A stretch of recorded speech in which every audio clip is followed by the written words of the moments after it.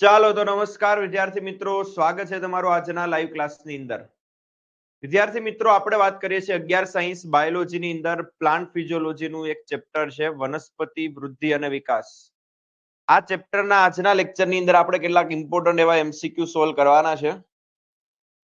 Okay, ચેપ્ટરની થિયરીની વાત કરીએ તો એમાં કેટલાક ઇમ્પોર્ટન્ટ ટોપિક, જેમ કે આમાં મેન તમારે વધારે પેલો ટાર્ગેટ વનસ્પતિ અંતઃસ્ત્રાવો જે અલગ અલગ 5 પ્રકારના આપેલા છે એની શોધ, એની દેહધાર્મિક અસરો, આના ઉપરથી વધારે નીટમાં એમસીક્યુ આવે છે. એની આગળના ટોપિકની વાત કરીએ તો શરૂઆતમાં આપણને વૃદ્ધિના જે 2 પ્રકારો આપેલા છે, વિભેદન, નિર્વિભેદન, પુનઃવિભેદન. એક આ પ્લાસ્ટિસિટી વાળો જે ઇમ્પોર્ટન્ટ પોઈન્ટ છે એને પણ ખાસ ધ્યાન રાખવાનું છે. જો કે એમાં ખાલી ઉદાહરણને જે આપેલું છે ઇમ્પોર્ટન્ટ છે. એટલે આવી રીતે તમને પેલો એક ક્વેશ્ચન આપેલો છે અને બધાના આન્સર તમારે આપવાના છે. પેલો ક્વેશ્ચન એવો છે કે કઈ વનસ્પતિ સુઘટ્યતા પ્લાસ્ટિસિટી દર્શાવતી નથી? એની સંરચનામાં ફેરફાર કરે, પર્ણમાં સંરચનામાં ફેરફાર કરે ને, વિષમ પર્ણતા. ધાણા આપેલું છે, બટરકપ છે, કપાસ, હજી એક વનસ્પતિ છે લાર્કસ પર. તો આ બધા પ્લાસ્ટિસિટી હોય. આ ઉદાહરણ આપણને નથી આપેલું. કયું છે? મકાઈની અંદર તમને પ્લાસ્ટિસિટી નહીં જોવા મળે. એટલે ઓપ્શન કયો આવશે આમાં? આપણો ત્રીજો ઓપ્શન આવશે. પછી એક ક્વેશ્ચન એવો આપેલો છે, હાલના વર્ષોમાં કાકડીનું ઉત્પાદન ઘણું બધું વધ્યું છે, તો કયા વનસ્પતિ અંતઃસ્ત્રાવના ઉપયોગથી આ ઉત્પાદન વધ્યું હશે કે જે અંતઃસ્ત્રાવ વનસ્પતિમાં માદા પુષ્પના ઉત્પાદનને વધારે છે? તો આ 4 માંથી કોઈ એક અંતઃસ્ત્રાવની અંદર આ લાઈન લખેલી છે કે ભાઈ કાકડીમાં માદા પુષ્પની સંખ્યામાં વધારો કરે. તો આવી લાઈન શેમાં લખેલી છે? લાસ્ટ લાઈન હતી ને આવી, જે શેમાં લખેલી છે? ઇથિલિન આન્સર આવશે ભાઈ આની અંદર. ઇથિલિનમાં આવું એક દેહધાર્મિક અસર લખેલી છે કે ભાઈ કાકડીમાં માદા પુષ્પની સંખ્યામાં વધારો કરાવે છે, એનાથી કાકડીનું ઉત્પાદન વધારે આવશે. વનસ્પતિઓમાં વાયુમય વનસ્પતિ વૃદ્ધિ નિયંત્રક, વાયુમય વનસ્પતિ વૃદ્ધિ નિયામક, એનો મતલબ કે આ કોની વાત કરે છે? કોની વાત કરે છે? વાયુમય તો એક જ હતો ને, ઇથિલિન. આના માટે વપરાય છે. તો આ 4 માંથી કઈ અસર ઇથિલિનમાં લખેલી છે? તમે ગોતો એટલે તમારો જવાબ ખબર પડી જાય. મૂળની વૃદ્ધિ, મૂળરોમના નિર્માણને પ્રેરે કે જેથી શોષણ સપાટી વધારી શકાય, અગ્રીય સુષુપ્તતામાંથી બહાર આવી શકાય, ખેતરોમાં દ્વિદળી નીંદણોનો નાશ, ઓગાળવાની ક્રિયાને ઝડપી બનાવે છે. તો આવા બધા અલગ અલગ ઓપ્શન આપેલા છે. અને ધ્યાનથી તમે ઇથિલિનના મુદ્દાઓ રીડ કરેલા હોય તો એની અંદર આ એક્ઝેક્ટ મુદ્દો લખેલો છે, મૂળ નિર્માણ અને મૂળ રોમના નિર્માણને પ્રેરે છે. એટલે એના કારણે શોષણ સપાટીનું ક્ષેત્રફળ વધી જાય. એટલે આપણે આની અંદર કયો ઓપ્શન ટીક કરી શકીએ? પેલો. કોઈ એક કૃષિ ક્ષેત્રમાં નિંદામણ દૂર કરવા આ વનસ્પતિ અંતઃસ્ત્રાવ વપરાય છે. દ્વિદળી નિંદામણ નાશક, પરિપક્વ એકદળી વનસ્પતિ ઉપર એની કોઈ અસર થતી નથી. જો કે જેટલા પણ નામ આપેલા છે બધા ઓક્સિનના પ્રકાર જ છે ને, IAI, BNA, 2,4-D. પણ આજે વાત કૃષિ ક્ષેત્રે નિંદામણ દૂર કરવાની વાત છે, તેમાં આપણે કોને ટીક કરી શકીએ? 2,4-D ને. કારણ કે આ 2,4-D ને આપણે નિંદામણ નાશક કહીએ છીએ. ત્યાર પછી વનસ્પતિમાં પ્રકાશ અવધિ દરમિયાન પ્રકાશની અનુભૂતિનું સ્થાન. જો તમે ધ્યાનથી આ ચેપ્ટરની અંદર જે વાત કરેલી છે એમાં 2 ટોપિક જે રિડ્યુસ સિલેબસમાં નીકળી ગયા, પણ થોડી ઘણી માહિતી આપણને એના વિશે ખબર હોવી જોઈએ. એક છે પ્રકાશ અવધિ અને બીજું છે વાસંતીકરણ. તો આ પ્રકાશ અવધિ ચોક્કસ પ્રકાશની સાંદ્રતાએ આપણને પ્રકાશનું અનુભૂતિ એ વનસ્પતિના પર્ણ દ્વારા થાય છે અને એના કારણે વનસ્પતિમાં પુષ્પ સર્જન પ્રેરાય છે. એટલે અમુક એવા મુદ્દાઓ કે જે આ રિડ્યુસ સિલેબસના છે, જો આવવાની શક્યતા તો ઓછી છે, પણ પીવાયક્યુ ની અંદર એના એમસીક્યુ હશે, કારણ કે રિડ્યુસ સિલેબસ તો હમણાંથી જ થયો છે ને. એટલે 2021 ની અંદર આવો એક ક્વેશ્ચન હતો. એટલે આપણે એટલું યાદ રાખવાનું ભાઈ વનસ્પતિમાં પ્રકાશ અવધિ માટે એની જે પ્રકાશની અનુભૂતિ છે એ કોણ કરે છે? પર્ણ કરે છે. ત્યાર પછી બીજ સુષુપ્તતા વાળો ચેપ્ટરનો લાસ્ટ ટોપિક હતો. આ પણ રિડ્યુસ થઈ ગયો છે કે ભાઈ બીજ સુષુપ્તતાના નિયંત્રણમાં નીચેના પૈકી કયો પદાર્થ અટકાવ કરતા નથી? તેમાં જે પેરા એસ્કોર્બિક એસિડ છે, એબ્સિસિક એસિડ છે, ફિનોલિક એસિડ, આ બધા સુષુપ્તતા પ્રેરે છે. પણ જિબ્રેલિક એસિડ એ સુષુપ્તતામાંથી એને બહાર કાઢે છે. બાકીના ત્રણ કેવા છે? જે સુષુપ્તતાનું નિયંત્રણ કરે અથવા તો સુષુપ્તતા બીજની પ્રેરે છે, એને અંકુરણ નથી થવા દેતા. એટલે આ પણ રિડ્યુસ નો એમસીક્યુ છે, જો યાદ રહી તો રાખવાનું, બાકી એટલું બધું જરૂરી નથી. એ વૃદ્ધિ નિયામકનું નામ આપો કે ભાઈ જેને શેરડીના પાક પર છંટકાવ કરવાથી પ્રકાંડની લંબાઈ વધે અને શેરડીની ઉપજ વધે છે, ઉત્પાદન વધી જાય. તો આવું પ્રતિ હેક્ટર 20 ટનનો શેરડીનું ઉત્પાદન વધી જાય છે. આ શેરડી વાળો મુદ્દો કેમાં લખેલો છે? એબ્સિસિક એસિડ, સાઇટોકાઇનિન, જિબ્રેલિક એસિડ કે ઇથિલિન? શેરડી, માલ્ટિંગ, બોલ્ટિંગ, શંકુદ્રુમ, આ બધા મુદ્દા કેમાં હતા? કેમાં હતા ભાઈ? જિબ્રેલિન ની અંદર હતા ને. ત્યાર પછી પાઇનેપલ એટલે અનાનસ, વનસ્પતિમાં પુષ્પો ઉત્પન્ન થવામાં ઘણો વિલંબ થાય છે. તેવો કયો અંતસ્ત્રાવ વાપરવામાં આવે કે જેથી અકુદરતી રીતે, કારણ કે કુદરતી રીતે નહીં, આપણે અંતસ્ત્રાવ એના ઉપર આપ્યા છે, એટલે કૃત્રિમ રીતે પાઇનેપલમાં, અનાનસમાં પુષ્પોદ્ભવ પ્રેરિત કરી શકાય. સમગ્ર વર્ષ દરમિયાન તમે એનું ઉત્પાદન વધારી શકો. એટલે આપણને ટોટલ 5 પીજીઆર આપેલા છે, એમાંથી 2 પીજીઆર એવા છે કે એમાં અનાનસમાં પુષ્પ સર્જન ઉપર એની અસર છે. તો કયા મુદ્દા આવશે આમાં? કયા બે અંતસ્ત્રાવ આવશે? ઓક્ઝિન અને ઇથિલિન. આ બંનેમાં પાઇનેપલ વાળો મુદ્દો છે, અનાનસ વાળો છે ને. ત્યાર પછી પ્રકાશ સામાયિકતા, પ્રકાશ અવધિ માટે કયું ક્ષેત્ર પ્રકાશગ્રાહી તરીકે વનસ્પતિમાં જોવા મળે? એટલે ફરીથી એ જ વાત છે, રિપીટ થયેલો હતો નીટમાં ક્વેશ્ચન કે ભાઈ પ્રકાશ અવધિ માટે પ્રકાશની અનુભૂતિ કોણ કરે છે? પર્ણ કરે છે. વિવિધ સજીવો દ્વારા પ્રકાશ અને અંધકારના પર્યાવરણ પ્રત્યેના પ્રતિચારને, પ્રકાશ અને અંધકારના પર્યાવરણ પ્રત્યેના પ્રતિચારને આપણે શું કહીએ છીએ? પ્રકાશ અવધિ કહેવાય. નીચેના પૈકી કયો વૃદ્ધિ નિયામક સ્ટ્રેસ હોર્મોન તરીકે ઓળખાય છે? તણાવ અંતસ્ત્રાવ કોને કહેવાનો છે? તણાવ અંતસ્ત્રાવ. એબ્સિસિક એસિડ, ઇથિલિન, જિબ્રેલિક એસિડ કે ઇન્ડોલ એસિટિક એસિડ? એટલે આઈએ છે, આ ઓક્સિન છે. તો આ તણાવ અંતસ્ત્રાવ કોને કીધો છે? જે વિવિધ તણાવ પ્રત્યે વનસ્પતિની સહનશીલતા વધારે, વાયુરંધ્રને બંધ કરાવી દે, આવું બધું એબ્સિસિક એસિડમાં લખેલું છે ભાઈ. બગીચાના વટાણાના સૂત્ર કુંતલીય રીતે આધાર પર વીંટળાવવાની ઘટના. કોઈ પણ વટાણા છે, વટાણાની ટોચની પરણિકા આવી રીતે સૂત્રમય રચના બનાવે અને જ્યાં એના આધારનો સ્પર્શ મળે ને ત્યાં સૂત્ર વીંટળાઈ જાય અને એના આ જે વેલો છે એને આરોહણ મળે. તો આ જે ઘટના છે એને શું કહેવાય? સ્પર્શાનુવર્તન. શું કહેવાય? જ્યાં એને સ્પર્શ મળશે ત્યાં એની વૃદ્ધિ થશે.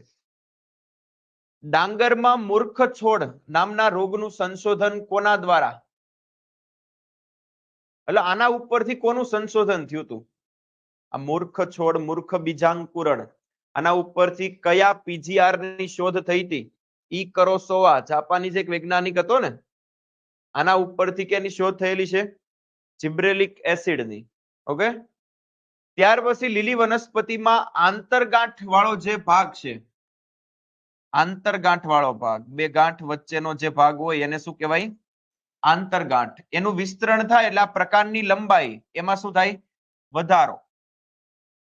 તો આ કોની અસરથી આવું થશે? લીલી વનસ્પતિમાં અક્ષની લંબાઈ કોણ કરે? વધારે છે ભાઈ? જિબ્રેલિક એસિડ. શેરડીમાં એટલે જ ઉત્પાદન વધી ગયું હતું ને. આંતરગાંઠ વાળો ભાગ કેવો કરી દે? વધારી દે. વનસ્પતિમાં ઝિંક તત્વની ઉણપ. તો આના માટે તમને ચેપ્ટર નંબર 12 જે જૂના સિલેબસ નું હતું ને પ્લાન્ટ ફિઝિયોલોજીમાં, ખનિજ પોષણ, તો એની અંદર અલગ અલગ ખનિજ તત્વનું વનસ્પતિમાં શું મહત્વ છે એ સમજાવેલું છે. જો તમારી પાસે જૂની એનસીઆરટી હોય, આ પણ યાદ રહી તો રાખવાનું છે. તો આ ઝિંક ખનિજ તત્વની અંદર લખેલું છે કે ભાઈ આ ઝિંક ઓક્સિનના સંશ્લેષણ માટે જરૂરી છે. શેના? આ ઝિંક વનસ્પતિમાં, જો વનસ્પતિને ઝિંકની ઉણપ હોય ને, પૂરતી માત્રામાં વનસ્પતિને જમીનમાંથી ઝિંક ન મળે તો સીધી અસર કોના ઉપર થાય? ઓક્સિનના સંશ્લેષણ ઉપર. એટલે ઝિંક તત્વની ઉણપ ધરાવે છે કોઈ વનસ્પતિ, તો તે વનસ્પતિમાં જૈવ સંશ્લેષણની કયા પ્રકારના અંતસ્ત્રાવ દ્વારા અસર થશે? કયા અંતસ્ત્રાવના સંશ્લેષણ ઉપર અસર થાય જો ઝિંકની ઉણપ હોય તો? ઓક્સિન, કારણ કે ઝીંકના સંશ્લેષણમાં વનસ્પતિને કોની જરૂર પડશે? ઝીંકની જરૂર પડશે. કયો અંતઃસ્ત્રાવ વૃદ્ધત્વને પ્રેરે છે? વૃદ્ધત્વને કોણ પ્રેરશે? જે વૃદ્ધિ અવરોધક હોય. અને વૃદ્ધિ અવરોધક 4 ઓપ્શનમાંથી તમને કયો દેખાય છે? એબ્સિસિક એસિડ વૃદ્ધત્વને પ્રેરે છે. વૃદ્ધિને પ્રેરે છે એવું નથી લખ્યું. શું લખેલું છે? વૃદ્ધત્વને પ્રેરે છે. નીચે આપેલ પૈકી કોના દ્વારા પર્ણપતન અવરોધાય છે? હવે લાઈન 1 માં લખેલી છે કે ભાઈ પર્ણ અને ફળોને વેલા ખરી પડતા અટકાવે છે. આવી લાઈન કેમાં લખેલી છે? ઓક્સિનમાં. અને આમાંથી એક ઓક્સિનનો પ્રકાર છે, કયો છે? NAA. ઓક્સિનની અંદર પર્ણપતન અને ફળપતનને અટકાવે છે એવું લખેલું છે. બટાટાના ગ્રંથિની કલિકાના સુસુપ્તતાને કોના દ્વારા તૂટી શકાય? તો કોઈકની અંદર લખેલું હશે કે ભાઈ કલિકાની સુસુપ્તતાને તોડે છે. બટાટાના ગ્રંથિલનું અંકુરણ કરે છે એવું તો ઇથિલિનમાં લખેલું છે. અંકુરણની વાત નથી. સુસુપ્તતાને કોણ તોડે છે? કલિકાની સુસુપ્તતાને કોણ તોડશે? એબ્સિસિક એસિડ તો સુસુપ્તતા પ્રેરે છે, તો આઈ ની આવે ને. સાઇટોકાઇનિનમાં બટાટાના ગ્રંથિની કલિકાના સુસુપ્તતાને તોડે ને એવું એમાંય નથી લખેલું, ઓક્સિનમાં નથી લખેલું. કલિકાની સુસુપ્તતા કોના દ્વારા તોડી શકાય? જિબ્રેલિન. પેશીય સંવર્ધનમાં પેલો એપ્સકુગ અને એના સાથીદારો વાળો જે સાઇટોકાઇનિનની શોધ વાળો જે પ્રયોગ હતો ને, એમાં એપ્સકુગ અને એના સાથીદારોએ તમાકુના આંતરગાંઠવાળા ભાગની અંદર એક સંવર્ધન માધ્યમ દ્વારા આમાં કોષ વિભાજન પ્રેરેલું હતું અને એક અવિભેદિત કોષોનો સમૂહ મળ્યો હતો જેને એને કેલસ નામ આપ્યું હતું.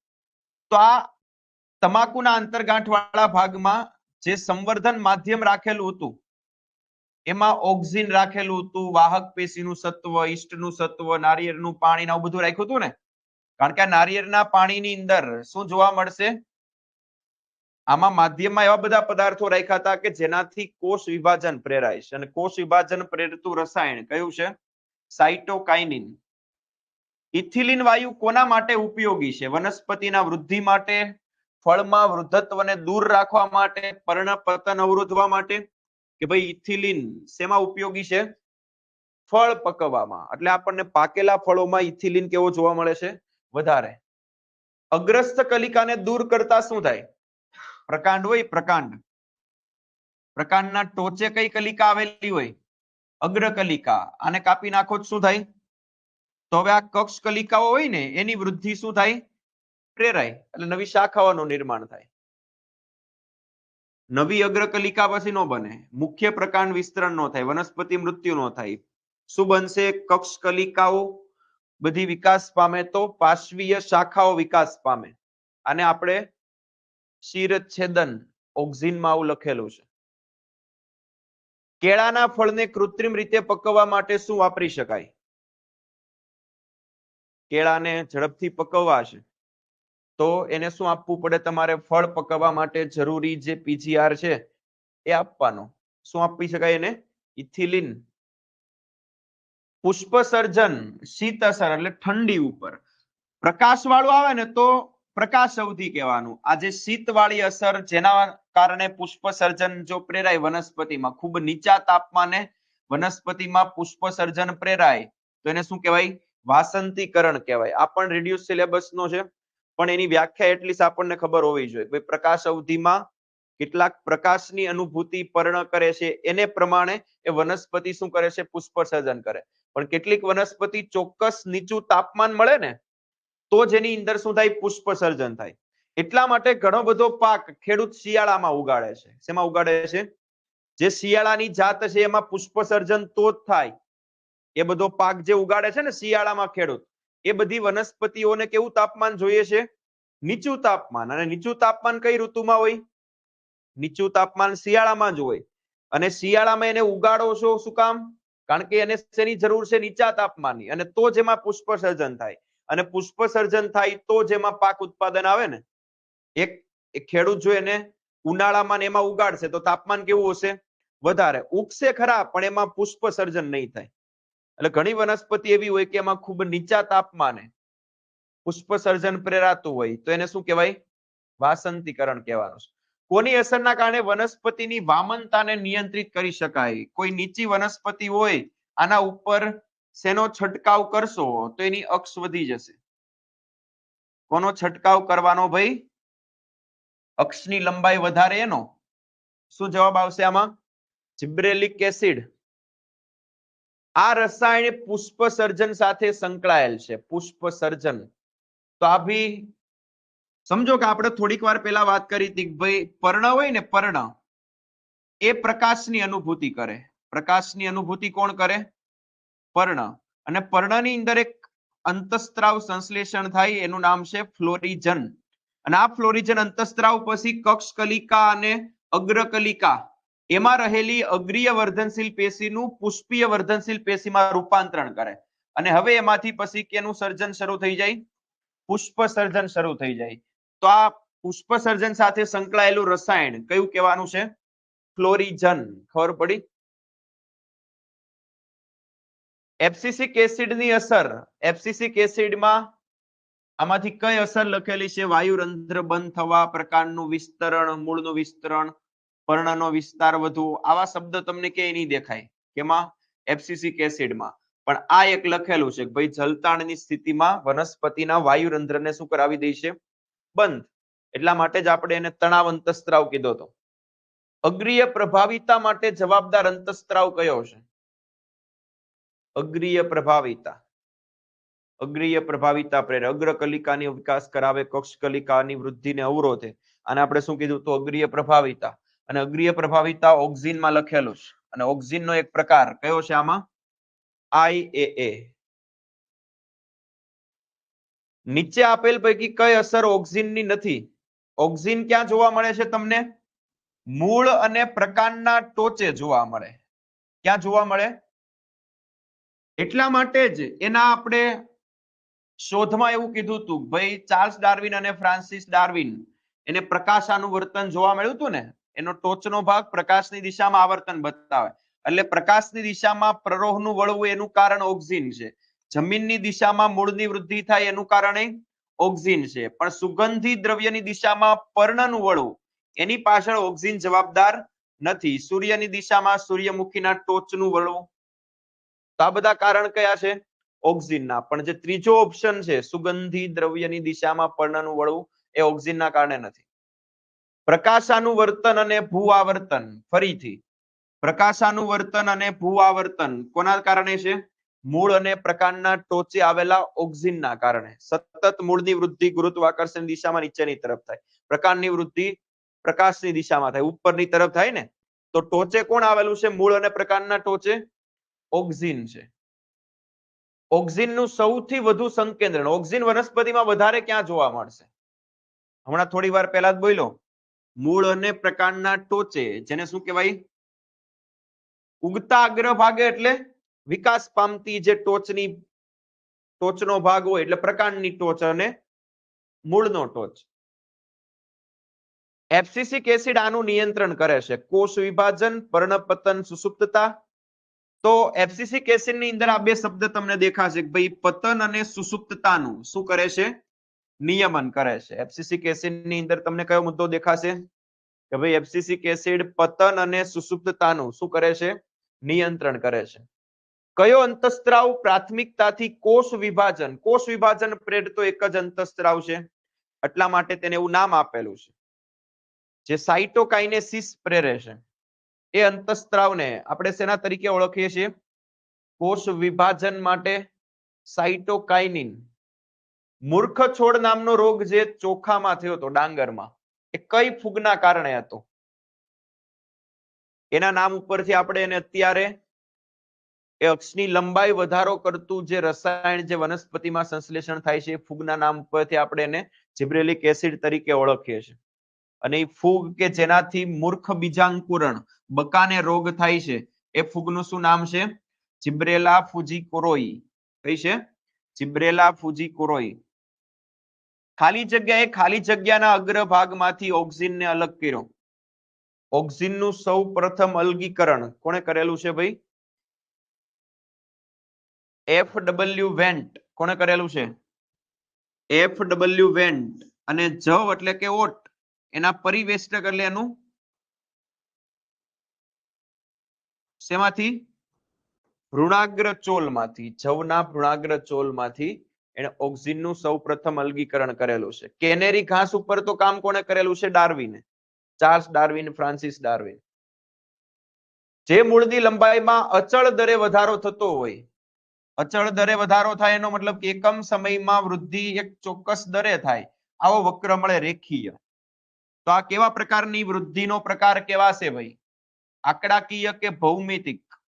આંકડાકીય વૃદ્ધિનો આવો ગ્રાફ છે, અને એના માટેનું સમીકરણ LT બરાબર L0 પ્લસ RT થશે. શું થશે? LT બરાબર L0 પ્લસ RT આવશે. બીજ સુસુપ્તતા માટે જવાબદાર જિબ્રેલિક એસિડનું ઊંચું સંકેન્દ્રણ હોય તો એ બીજ સુસુપ્તતાને તોડે. જો બીજનું બીજાવરણ બહુ સખત થઈ ગયું હોય તો એના કારણે પણ બીજનું અંકુરણ ન થાય. આ પણ એક કારણ હોઈ શકે. બીજ સુસુપ્તતામાં સમજો કે ઘણીવાર એવું પણ બને ખેડૂતને કે ભાઈ જમીનમાં બીજનું વાવેતર કરી દીધું, અનુકૂળ પરિસ્થિતિ આપી દીધી, પાણી નાન તેન બધું જે જોઈએ, તો પણ ઘણા બધા બીજ ઉગતા નથી, એટલે એનું અંકુરણ થતું નથી. તો એની પાછળનું કારણ કયું હોઈ શકે? એનું જે બહારનું આવરણ છે એ વધારે કેવું થઈ ગયું હોય? શુષ્ક અને સખત થઈ ગયું હોય. તો એના કારણે અંદરનું જે ભ્રૂણ છે એમાંથી અંકુરણ થઈને નવો છોડ નથી બની શકતો. ત્યાર પછી કઈ વનસ્પતિને ઠંડીની સારવાર આપવાથી?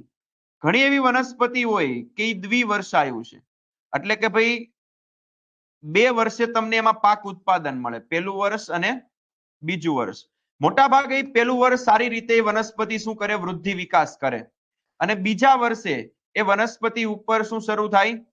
પુષ્પ સર્જન. એટલે ખેડૂતને બીજા વર્ષે એમાંથી પાક મળશે. પુષ્પ આવ્યા પછી જ ફળ બીજ આવે ને. તો હવે સમજો કે આ વનસ્પતિ બીજા વર્ષે પુષ્પોસર્જન એટલા માટે કરી શકે છે કારણ કે આ વનસ્પતિને પહેલું વર્ષ એવું નીચું તાપમાન નથી મળતું, બીજા વર્ષે એને જોઈએ એવું નીચું ઠંડુ તાપમાન મળે છે. નીચું તાપમાન મળે એટલે એની અંદર પુષ્પ સર્જન થાય છે. તો આવી 2 વર્ષ વાળી વનસ્પતિમાં જો તમારે વહેલું પુષ્પ સર્જન કરવું છે તો શરૂઆતથી જ એને તાપમાન કેવું આપવું પડે? નીચું. એટલે પહેલા વર્ષે એની અંદર શું થઈ જાય? પુષ્પોદ્ભવ થઈ જાય. એટલે કઈ વનસ્પતિને ઠંડીની સારવાર આપવાથી પ્રકાશ પ્રાપ્તિ માટેનો જે સમય છે અથવા તો પુષ્પોદ્ભવ તરીકેનો પ્રતિચાર ઉત્તેજાય છે? તો આની અંદર કોઈ દ્વિવર્ષાયુ વનસ્પતિ હોય, આ પણ પ્રકાશ અવધિનો જે રેડિયુસ ટોપિક છે એમાંથી છે. દ્વિવર્ષાયુને એક વર્ષાયુ બનાવી શકાય. આવું તમે ગ્રીન હાઉસમાં કરી શકો. 12 થી તાપમાન ખેતરનું મેન્ટેન કરી શકે ખેડૂત? એને શું બનાવવું પડશે? ગ્રીન હાઉસ બનાવવું પડશે. તો એની અંદર એ ઝડપથી પાક ઉત્પાદન લાવવું હોય અને કોઈ દ્વિવર્ષાયુ હોય તો એની અંદર ઝડપથી પુષ્પ સર્જન કરવું હોય તો એ નીચું તાપમાન ઠંડીની સારવાર આપી શકે.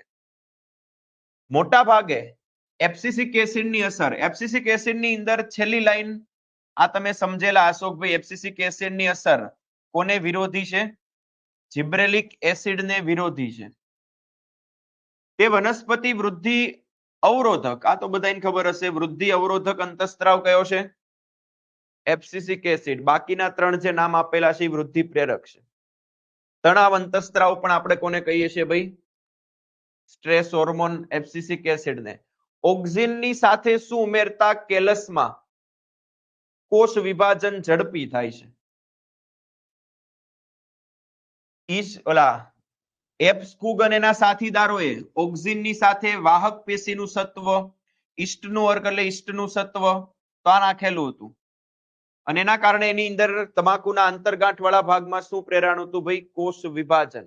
બાકી આ ડોર્મિન અવરોધક બી તો એબ્સિસિક એસિડ છે, એનાથી કોષ વિભાજન ન થાય. અને પેલું તો ઇથિફોન, એ તો જલીય દ્રાવણ છે જેમાંથી ઇથિલિન વાયુ સ્વરૂપે મુક્ત થાય. ઓકે, તમને આવી રીતે અંતઃસ્ત્રાવ આપેલા છે, એને લગતી અસર આપેલી છે. ઇથિફોન એનું જલીય દ્રાવણ વનસ્પતિને આપતા ટામેટા સફરજનમાં ફળ પકવવાની ક્રિયા વધી જાય, કારણ કે આમાંથી ઇથિલિન વાયુ સ્વરૂપે મુક્ત થશે. એબ્સિસિક એસિડ કોને અવરોધે? બીજાંકુરણને અવરોધે. અને જિબ્રેલિક એસિડ તેઓ બધા એસિડિક છે એવું કહી શકાય. અગ્રીય પ્રભાવિતા નાબૂદ કરવા મદદ ન કરે, કારણ કે જિબ્રેલિક એસિડ તો લંબાઈ વધારે છે, અગ્રીય પ્રભાવિતા પ્રેરે છે. તો આવી રીતે જોડકા સેટ થશે. એટલે પહેલાની સામે એસ, પછી બીજાની સામે પી આવશે.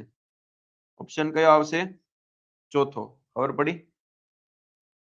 ચાલો ત્યાર પછી શ્વસન કટોકટી ફેરફાર આકસ્મિક શ્વસન દર ફળ પકવવા માટે એક રસાયણ એની અંદર શ્વસન દરમાં વધારો કરી દે આકસ્મિક શ્વસન દર એને કીધું તું કટોકટીનો શ્વસન આવી લાઈન કેમાં દેખાશે તમને ભાઈ ઇથિલિન વાળો પેરેગ્રાફ રીડ કરશો એટલે આ આકસ્મિક શ્વસન દર અથવા તો શ્વસનમાં કટોકટી ફેરફાર જેના કારણે ફળ ઝડપથી પાકે છે દ્વિદળી નિંદામણ નાશક તરીકે અને પરિપક્વ એકદળી વનસ્પતિ ઉપર એની કોઈ અસર થતી નથી આ એક સાંશ્લેષિત ઓક્સિન છે કૃત્રિમ ઓક્સિન કોણ છે 2,4-D ની અસર છે આમાંથી ઓક્સિન ની અસર નથી પેલું એવું કીધું પાઇનેપલમાં પુષ્પ સર્જન પ્રેરે કપાયેલા પ્રકાંડમાંથી મૂળ નિર્માણ નાના ઝાડવાની વાડ બનાવવામાં અને બોલ્ટિંગ પ્રક્રિયાને ઉત્તેજે આવા 4 ઓપ્શન આપેલા છે આમાંથી 3 ઓપ્શન એવા છે જે ઓક્સિન ની અંદર વાત કરેલી છે એકની વાત બીજામાં કોઈકમાં કરેલી છે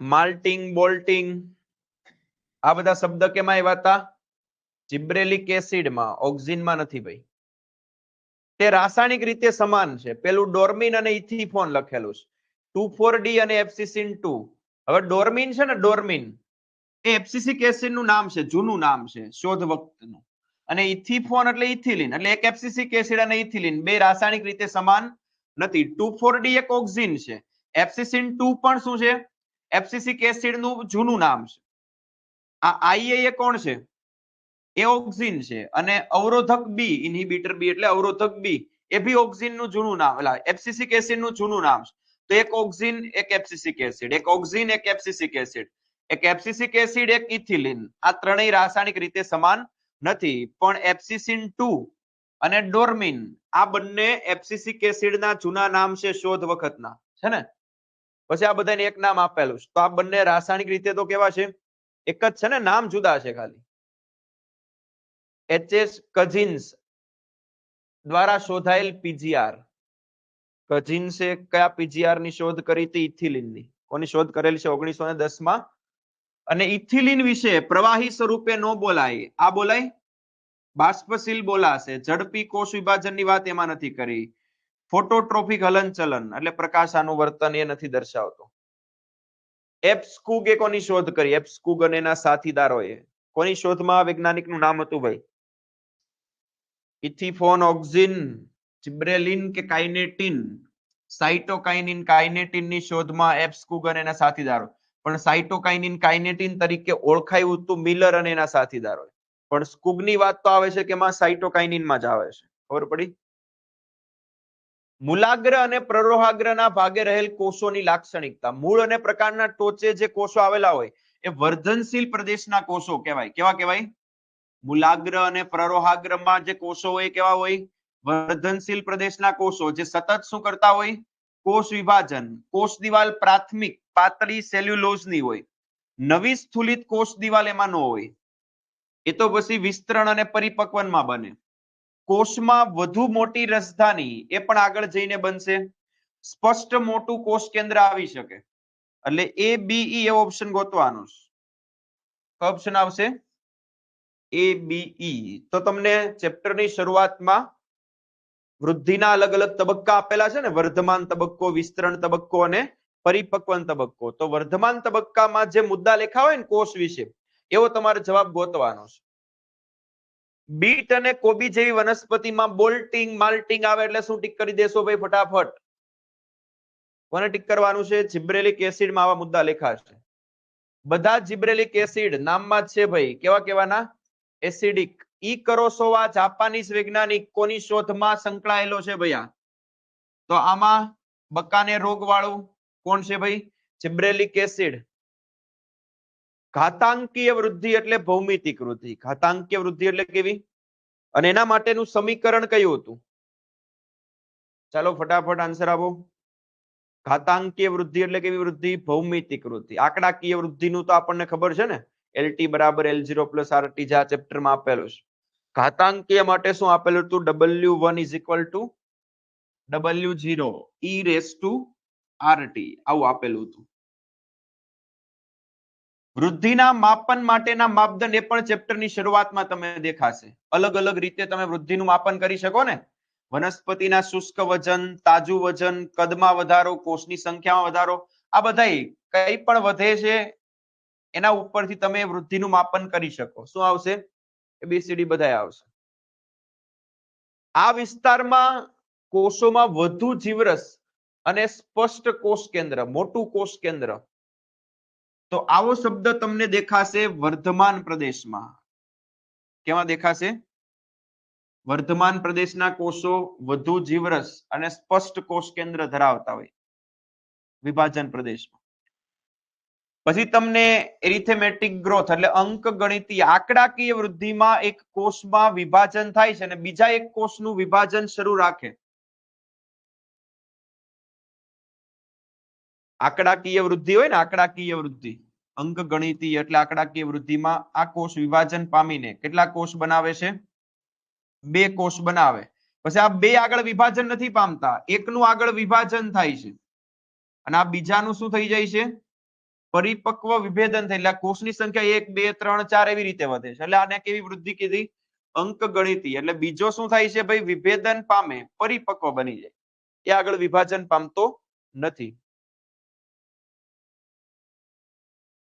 એટલે એક બાળ કોષમાં વિભાજન શરૂ રાખે, બીજાનું શું થાય એમ કહે છે, પેલાનું નહીં. મૂર્ખ છોડ જે ચોખામાં જોવા મળ્યો તેની શોધ માટે આના ઉપરથી કોની શોધ થયેલી છે ભાઈ? જિબ્રેલિક એસિડની. કુદરતી ઓક્સિજન જે વનસ્પતિમાંથી મળે છે અને પાઇનેપલમાં આખું વર્ષ પુષ્પ સર્જન પ્રેરે છે. કુદરતી ઓક્સિજન અને સંશ્લેષિત ઓક્સિજન. કુદરતી ઓક્સિજન કયા છે? IAA અને IBA. 2,4-D અને NAA આ બંને કેવા છે? કૃત્રિમ સંશ્લેષિત છે. આપણને કેવા કીધા છે ભાઈ? કુદરતી ઓક્સિજન કીધા છે. કેનેરી ઘાસનું પરિવેષ્ટક એટલે એનું ભ્રૂણાગ્ર ચોલ, પ્રકાશાનુવર્તન, સૂર્યપ્રકાશની દિશામાં વળવું, તેના કારણે શક્ય બન્યું. કારણ કે એના ટોચના ભાગે શું જોવા મળે છે ભાઈ? ઓક્સિજન. સંશ્લેષિત ઓક્સિજન આમાંથી કોણ છે? NAA. અને બીજો કોણ છે? 2,4-D.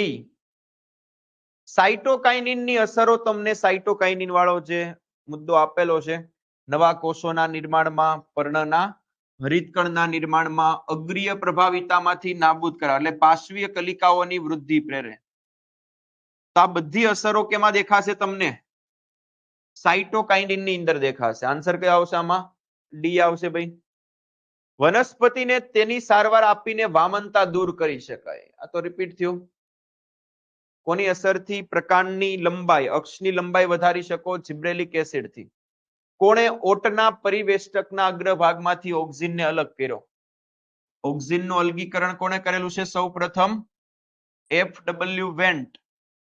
એબ્સિસિક એસિડ તેમાં સંકળાયેલ છે. બીજ સુસુપ્તતા, મૂળનું વિસ્તરણ, કોષ વિભાજન પ્રેરવામાં કે પ્રરોહનું વિસ્તરણ. એબ્સિસિક એસિડ કેમાં સંકળાયેલો છે? પતન અને સુસુપ્તતા ને એવું બધું કામ છે એનું. આ તો કોની અસર છે? વૃદ્ધિ પ્રેરકની છે. અને એબ્સિસિક એસિડ તો કેવો છે? વૃદ્ધિ અવરોધક છે.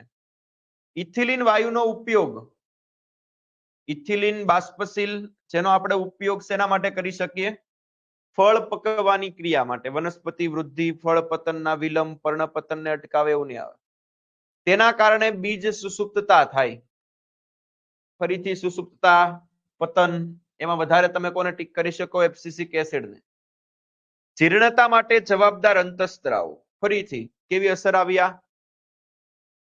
વનસ્પતિમાં જીર્ણતા માટે જવાબદાર અંતઃસ્ત્રાવ એટલે અવરોધકની અસર થઈ ને.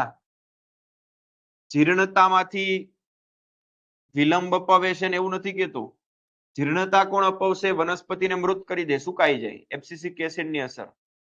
મૂલાગ્ર અને પ્રરોહાગ્રના જે કોષો છે એટલે વર્ધનશીલ પ્રદેશના કોષો થયા ને, એની લાક્ષણિકતા વધુ જીવરસ, સ્પષ્ટ કોષ કેન્દ્ર, પ્રાથમિક કોષ દિવાલ પાતળી, કોષરસીય તંતુ દ્વારા 2 કોષો વચ્ચેનું જોડાણ.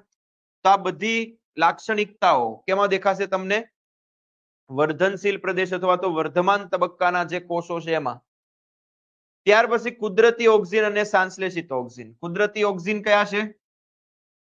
IAA અને IBA અને સંશ્લેષિત NAA અને કોણ આવશે 2,4-D આવી રીતે સેટ કરવાનું એટલે કુદરતી ઓક્સિજનમાં પહેલું અને ત્રીજું આવશે પહેલું અને ત્રીજું બીજું ચોથું બી માં સંશ્લેષિતમાં ખબર પડી ચાલો અલગ અલગ વૈજ્ઞાનિક આપેલા છે FW વેન્ટ કરોસોવા સ્કુગ એન્ડ મિલર કઝિન તો એને કોની શોધ કરી અને જોડવાના છે તો ભાઈ ABCD માં કોની સાથે જોડશો FW વેન્ટ કોનું અલગીકરણ auxin કરોસોવા જિબ્રેલિક acid સ્કુગ and Miller કાઇનેટિન cousin માં ઇથિલિન એટલે કયું આવશે સૌથી પહેલા આવશે 3 2 1 4 શું આવશે 3 2 1 4 ત્યાર પછી એકમ સમયમાં થતી વૃદ્ધિને એકમ સમયમાં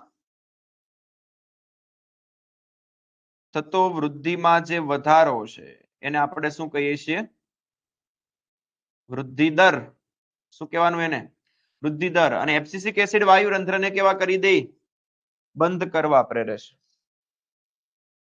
અગ્રીય પ્રભાવિતા નાબૂદ કરવામાં અગ્રીય પ્રભાવિતા નાબૂદ કરવી છે પાર્શ્વીય કલિકાઓની વૃદ્ધિ કરવી છે તો એના માટે કયો અંતઃસ્ત્રાવ ઉપયોગી છે સાઇટોકાઇનિન ઓક્સિન શબ્દ તેના માટે પ્રયોગ થયેલ છે ઓક્સિન શબ્દ આમાંથી ઓક્સિન કોણ છે એમ વાત પૂરી IAA છે ને ચાર્લ્સ ડાર્વિન અને ફ્રાન્સિસ ડાર્વિન તેની સાથે સંકળાયેલા છે વાસંતીકરણ નહીં આવે વનસ્પતિ અંતઃસ્ત્રાવની અસર એમાં એબ્સિસિક એસિડની કોઈ વાત એને નથી કરી પ્રકાશ અવધિ કે પ્રકાશાનુવર્તન કોની વાત કરેલી છે એને પ્રકાશાનુવર્તન આમાંથી ખોટું ગોતવાનું છે પીજીઆર ની વનસ્પતિની દેહધાર્મિક ક્રિયાઓ પર વિવિધ અસરો હોય છે તો વાત સાચી છે પીજીઆર સહકારથી કે વિરોધાભાસી અસર દર્શાવી શકે છે બે પીજીઆર ની સમાન અસરો હોઈ શકે છે જીવંત વનસ્પતિમાં જે વૃદ્ધિ નિયામકો છે એના કામના આધારે એના 3 વિભાગ પાડેલા છે કેટલા પાડેલા છે ખાલી 2 જ પાડ્યા ને વૃદ્ધિ પ્રેરક અને વૃદ્ધિ અવરોધક એટલે ચોથામાં ભૂલ દેખાય છે મેં રાઉન્ડ કર્યું ત્યાં 2 આવે કયો વાનસ્પતિક અંતઃસ્ત્રાવ વરાળ સ્વરૂપે તો કોણ આવશે બાષ્પશીલ ઇથિલિન સૌપ્રથમ શોધાયેલ જિબ્રેલિક એસિડ સૌપ્રથમ શોધાયેલ જિબ્રેલિક એસિડ કોણ હતો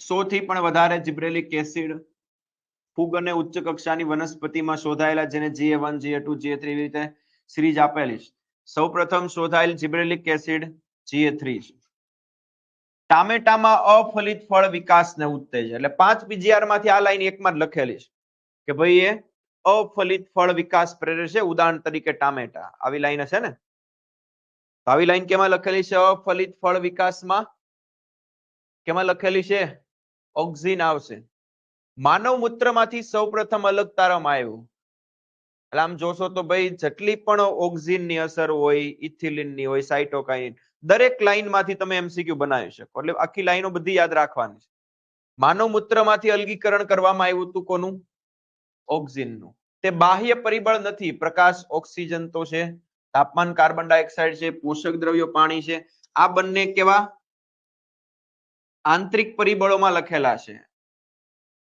એક અંતઃકોષીય એક આંતરકોષીય જીવનના તબક્કાઓ અને પર્યાવરણના પ્રતિચારના ભાગરૂપે વનસ્પતિ વિવિધ રચનાત્મક માર્ગોમાંથી પસાર કરે છે અને આ ક્ષમતાને આપણે શું કીધું હતું પ્લાસ્ટિસિટી એટલે ઘણા વિવિધ પરિપથોને અનુસરીને એની સંરચનામાં ફેરફાર કરે આ ક્ષમતાને પ્લાસ્ટિસિટી એટલે સીધો આખો જે મુદ્દો છે NCERT ની એક વાક્ય રચના છે એમાં જે ખાલી જગ્યા મૂકી ત્યાં તમારે શબ્દ ઉમેરવાના હતા વિષમપર્ણતા કપાસ કોથમીર લાર્કસ પર એટલે આ ત્રણેયમાં જોવા મળે છે અને હજી એક નામ કયું છે જે વિષમપર્ણતા દર્શાવે છે એની સંરચનામાં ફેરફાર કરે છે એ છે બટરકપ કોણ છે બટરકપ જે કોષો વિભાજનની ક્ષમતા વિભાજનશીલતાનો ગુણધર્મ ગુમાવી ચૂક્યા હોય છે અને ફરીથી કોષ શરૂ કરે તો એનો મતલબ કે એનું શું થયું કહેવાય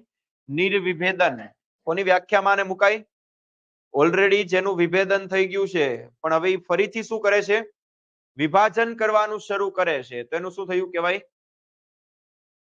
ખોટી જોડામાંથી ઓક્સિન તો વૃદ્ધિ કરવી, જિબ્રેલિન તો જિબ્રેલા ફુજીકુરોઈ, સાઇટોકાઇનિન તો હેરિંગ સ્પર્મ ડીએનએ, એબ્સિસિક એસિડ પુષ્પ સર્જન કરે તે અંતઃસ્ત્રાવ, આ તો અવરોધક છે ને, અને એની અંદર પુષ્પ સર્જનની કોઈ વાત લખેલી નથી.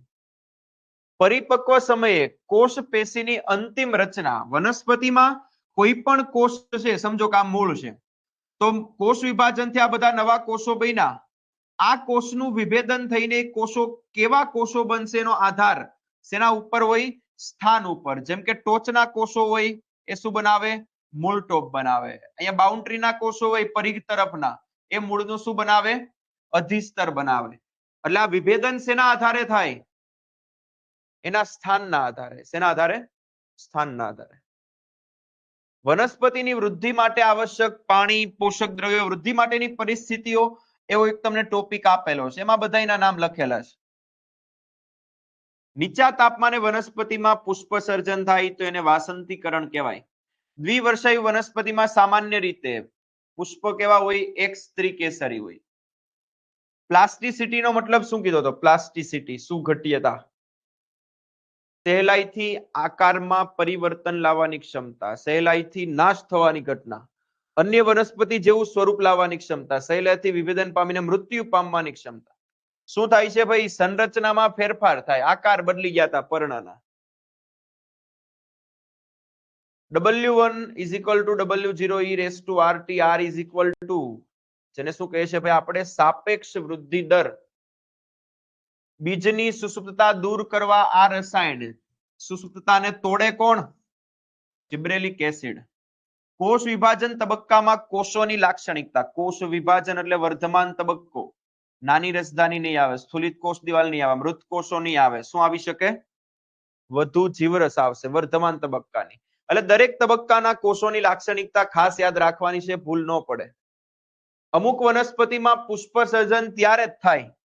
વનસ્પતિઓ 3 પ્રકારની હોય: લઘુ દિવસી, ગુરુ દિવસી અને તટસ્થ દિવસી. આ પણ રેડિયુસનો છે. જ્યારે તે ચોક્કસ સમયથી વધુ સમય, કોઈ વનસ્પતિ એવી હોય કે એને ચોક્કસ સમયની પ્રકાશની જે સાંદ્રતા છે એના કરતા ઓછો પ્રકાશ મળે, ત્યારે જો એમાં પુષ્પ સર્જન થાય તો એ વનસ્પતિ કેવી? લઘુ દિવસી. ઘણી બધી વનસ્પતિ એવી ચોક્કસ પ્રકાશની સાંદ્રતાએથી એને હજી વધારે પ્રકાશ આપો ને તો પુષ્પ સર્જન થાય, એને કેવી કહેવાય? ગુરુ દિવસી કહેવાય. એને જેને પ્રકાશમાં કોઈ લેવા દેવા ન હોય, ભાઈ જે પ્રકાશ મળે એમાં પુષ્પ સર્જન થવાનું જ છે, એને કેવી કહેવાય? તટસ્થ દિવસી. પણ આમાં શું કીધું ભાઈ? ચોક્કસ એ સમય કરતા હજી વધારે સમય મળે અને ત્યારે એમાં પુષ્પ સર્જન થાય તો એ વનસ્પતિ કેવી કહેવાશે? ગુરુ દિવસીય. ત્વક્ષેદા અને પુલિયેદાનું નિર્માણ વિભેદન પામેલા મૃતક પેશીના કોષોના વિભાજનથી થાય છે. તો આ કોના ઉદાહરણ છે? આંતરપુલિયેદા અને ત્વક્ષેદા. વિભેદન, નિર્વિભેદન કે પુનઃ વિભેદન, કેમાં ઉદાહરણ લખેલા છે?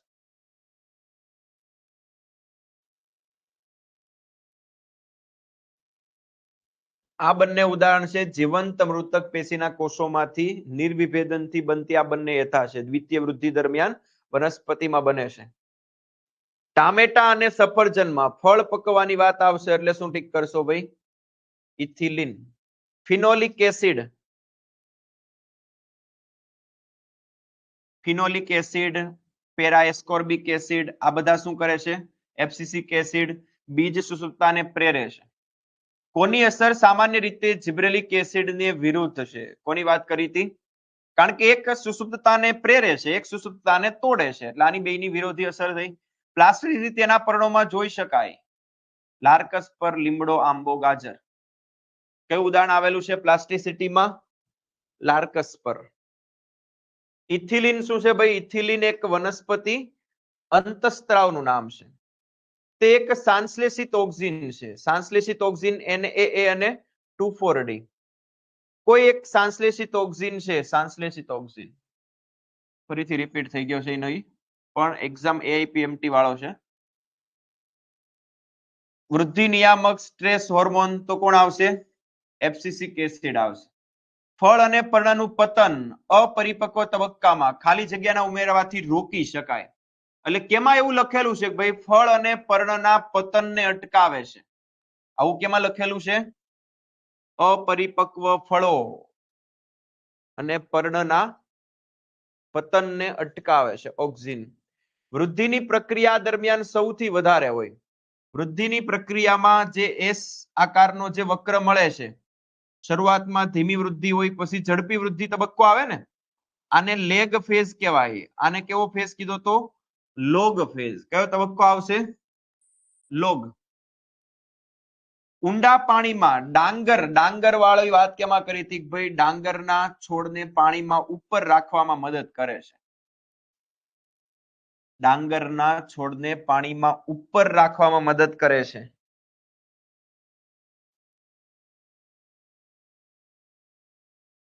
પાણીની અંદર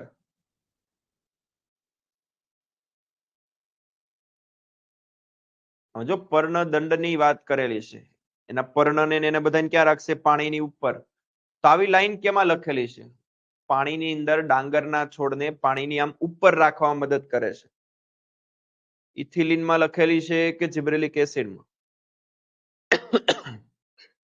કેમાં લખેલી છે? ડાંગરના છોડને પાણીમાં ઉપર રાખવા મદદ કરે?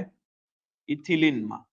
કયો વનસ્પતિ અંતઃસ્ત્રાવનો છંટકાવ તરુણ શંકુદ્રુમ પર કરવાથી અપરિપક્વતાનો ગાળો ઝડપથી આવે છે, જેના લીધે બીજ ઉત્પાદન વહેલું થાય છે? આવું કેમાં લખેલું છે? શંકુદ્રુમ વાળું. ઝડપથી એમાં શંકુદ્રુમ વાળું, શેરડી વાળું, માલ્ટિંગ, બોલ્ટિંગ, આ બધું કેમાં લખેલું છે? જીબ્રેલિક એસિડમાં. માળીઓ દ્વારા ઓક્સિનનો ઉપયોગ નિંદણ રહિત લોન ઘાસ તૈયાર કરવા માટે થાય, પરંતુ ઓક્સિનથી ઘાસને કેમ નુકસાન નથી થતું? કારણ કે પરિપક્વ એકદળી વનસ્પતિ ઉપર 2,4-D ની કોઈ અસર થતી નથી. ગયા વર્ષના એમસીક્યુ છે.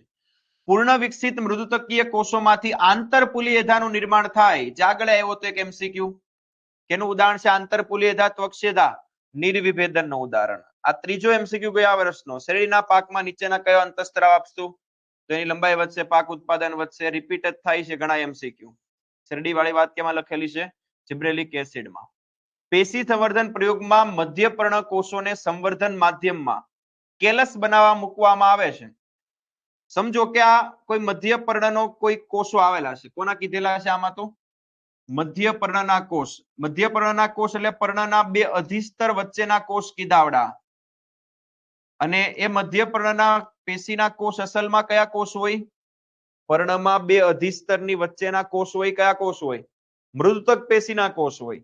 આને તમે સંવર્ધન માધ્યમમાં દાખલ કરો, મૃતક પેશીના કોષોને, તો એ કોષ વિભાજન શરૂ કરી દે છે. ઓલરેડી મૃતક પેશીના કોષોને જીવંત વિભેદિત કોષો કહેવાય. ફરીથી વિભાજનની ક્ષમતા પ્રાપ્ત કરે છે. એનો મતલબ કે એનું શું થયું કહેવાય? નિર્વિભેદન. એપ્સકુગ અને એના સાથીદારોએ આંતરગાંઠવાળા ભાગમાં કોષ વિભાજન કરાવી દીધું. એનો મતલબ કે આંતરગાંઠવાળો ભાગ તો ઓલરેડી વિભેદિત થયેલા કોષોનો જ હતો ને, જેનું વિભેદન થઈ ગયું હતું. ફરીથી વિભાજન કરવાનું શરૂ કરે. એનો મતલબ કે એનું ઉદાહરણ કહેવાય કેલસે, નિર્વિભેદનનું. વનસ્પતિ વૃદ્ધિ વિકાસ અંગેના નીચેના વિધાનો વાંચો અને યોગ્ય. આમાંથી કયા વિધાન સાચા છે એ ગોતવાના છે. અંશ પરાગણ ઓક્સિન દ્વારા પ્રેરાય, એટલે અગ્રીય પ્રભાવિતા. અંશ પરાગણ એટલે તો અગ્રીય પ્રભાવિતા ઓક્સિન દ્વારા પ્રેરાય છે. વનસ્પતિ નિયામકો વૃદ્ધિને વધારવા તેમજ ઘટાડવામાં ભાગ ભજવે છે. તો આ વાત સાચી છે. નિર્વિભેદન એ પુનઃવિભેદન માટેની પૂર્વ જરૂરિયાત છે. પુનઃવિભેદન તો જ થાય જો પેલા શું થાય? નિર્વિભેદન થાય. જો નિર્વિભેદન ન થાય તો પુનઃવિભેદન થાય. કારણ કે નિર્વિભેદનથી જે એધા બને છે, એ જે નવા કોષો બને છે, એનું જ આપણે શું કરીએ છીએ? પુનઃવિભેદન. તો આના માટેની પેલી જરૂરિયાત કઈ છે કે ભાઈ પેલા શું થવું જોઈએ? નિર્વિભેદન થવું જોઈએ. એબ્સિસિક એસિડ વનસ્પતિની વૃદ્ધિને પ્રોત્સાહિત કરે કે અવરોધે? તો આ ખોટું છે. ઉપરનું સાચું હતું. અગ્રીય પ્રભાવિતા પાર્શ્વીય કલિકાની વૃદ્ધિને પ્રોત્સાહિત ન કરે અને અવરોધે. અગ્ર કલિકાની વૃદ્ધિને પ્રોત્સાહિત કરે. એટલે સાચા કયા આવશે આમાં? એબીસી આવશે. વનસ્પતિના પર્ણ વૃદ્ધત્વને રોકનાર, પોષક તત્વની સક્રિયતાને પ્રેરિત કરનાર. એટલે એક લાઈન એવી લખેલી છે કોઈ એક અંતઃસ્ત્રાવમાં કે પોષક દ્રવ્યનું વિતરણ પ્રેરી પર્ણ પતનને અટકાવે છે. સાઇટોકાઇનિનની અંદર તમને લાસ્ટ લાઈન આવી દેખાશે આજુબાજુની. પોષક દ્રવ્યનું વિતરણ પ્રેરી પર્ણના પતનને શું કરે છે? અટકાવે છે. આવી લાઈન કેમાં લખેલી છે? સાઇટોકાઇનિનની અંદર. તો અહીંયા સુધી આપણે વનસ્પતિ વૃદ્ધિ વિકાસ વાળું પ્લાન્ટ ફિઝિયોલોજીનું જે ત્રીજું ચેપ્ટર છે એના આપણે કેટલાક ઇમ્પોર્ટન્ટ એવા MCQ સોલ્વ કરેલા છે. મોસ્ટલી તમને વન લાઇનર ને એવા બધા ક્વેશ્ચન દેખાશે અંતઃસ્ત્રાવોની અસરો ઉપરથી ઘણા ક્વેશ્ચન રિપીટ થાય છે. એટલે આવી રીતે તમારે બધી થિયરી ઉપર ધ્યાન આપવાનું છે. ચલો તો અહીંયા સુધી બધા ક્લિયર છો ભાઈ? અહીંયા આપણો આજનો લેક્ચર પૂરો થાય છે. વનસ્પતિ વૃદ્ધિ અને વિકાસ એના MCQ ક્લિયર છો ભાઈ? ચલો તો આજે આપણે અહીંયા સુધી રાખીએ છીએ.